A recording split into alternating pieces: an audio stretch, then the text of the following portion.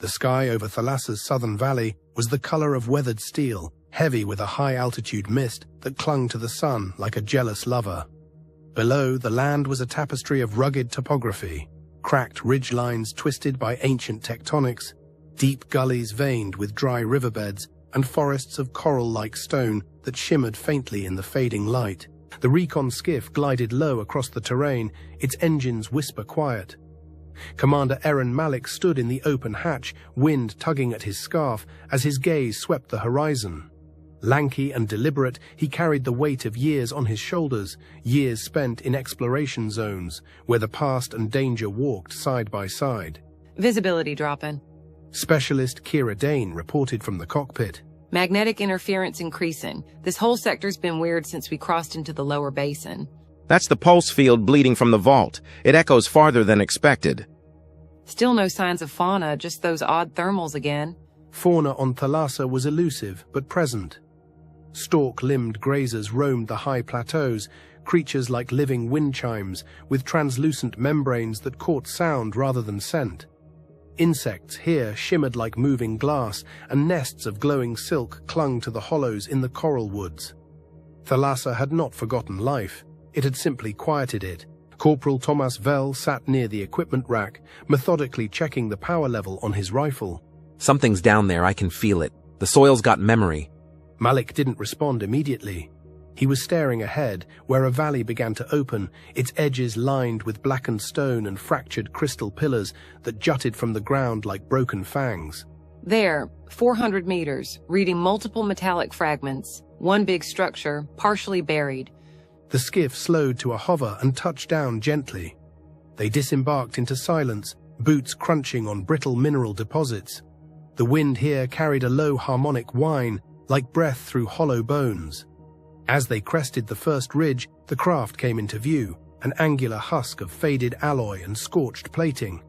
Its hull had once been a sleek graphite black with silver edge trim, now dulled and peeled by centuries of weathering. Half buried in earth and stone, the ship leaned against a jagged outcrop as if frozen mid-crash. A Hunter-class ship, Malik said, kneeling beside a cracked wing structure. larger than a scout, too sleek to be military but definitely armed. Kira walked the length of it slowly. Starboard pulse cannon housing, empty now. Hull breaches along the dorsal plates. Reactor's gone cold, but I'm still reading faint energy feedback, maybe from a dormant AI core. Vel circled the rear thrusters. Landing gears collapsed. This wasn't a soft descent. Could have been brought down.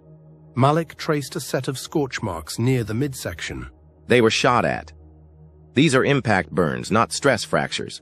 The team fell silent. I'm guessing this is where Elias was hurt. They came looking for power, for secrets, and this ship, this was their spear. Kira stepped onto the tilted hull and crouched beside a sealed hatch, its lock mechanisms corroded with time. Should I? We need to know who they were. Kira activated her cutting torch. A jet of orange flame hissed to life as sparks danced over her visor. Slowly, methodically, the seal gave way with a final groan of metal. The hatch fell open. Inside, the air was stale, unmoving. Dim emergency lighting flickered across the walls, miraculously still functional. The interior told the same story as the exterior. Sleek but practical, with modular seating, weapon racks, and a shattered nav console covered in alien glyphs. Got something. Cocooned remains. 3 bodies. Looks like they never left. Signs of conflict? Negative. They were sealed in, either by their crew or something outside. Kira lifted a hand scanner. Picking up encrypted data cores, old but possibly recoverable. Take them. We'll let the vault try to read them. Maybe we'll finally get answers. Outside, the sky dimmed further as Thalassa's twin moons began to rise, casting pale light across the grave of the invaders.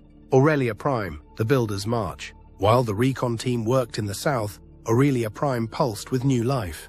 The first wave of Elias-class droids moved with elegance, precision, and quiet unity. They were not simply machines, they were extensions of Elias's purpose, minds born from memory and guided by vision. Along the Grand Promenade, old spires rose anew. Buildings once collapsed in on themselves were now carefully lifted, beam by beam, with stabilization harnesses and anti-grav cranes. Glass mosaics of the ancient architect councils were being restored in the vault library. One section near the city's center had been cleared for the foundation of the University of Thalassa. Construction bots arranged shimmering tiles while surveying drones mapped underground fault lines to ensure a century of stability. Elias stood atop the half-restored Harmony Spire, observing the work below via multi-node optic feeds. Emma Chen's voice chimed in across his private channel. We received Malik's report. The ship is confirmed they found remains, data cores, maybe an AI fragment. Then the past speaks again. May it teach us, not haunt us. Agreed. We'll begin decryption immediately. And Elias? Yes, Director? Your city is beautiful, truly. You've done something no one else could. Elias turned slowly, his voice filled with something close to wonder. No, Director Chen. We have.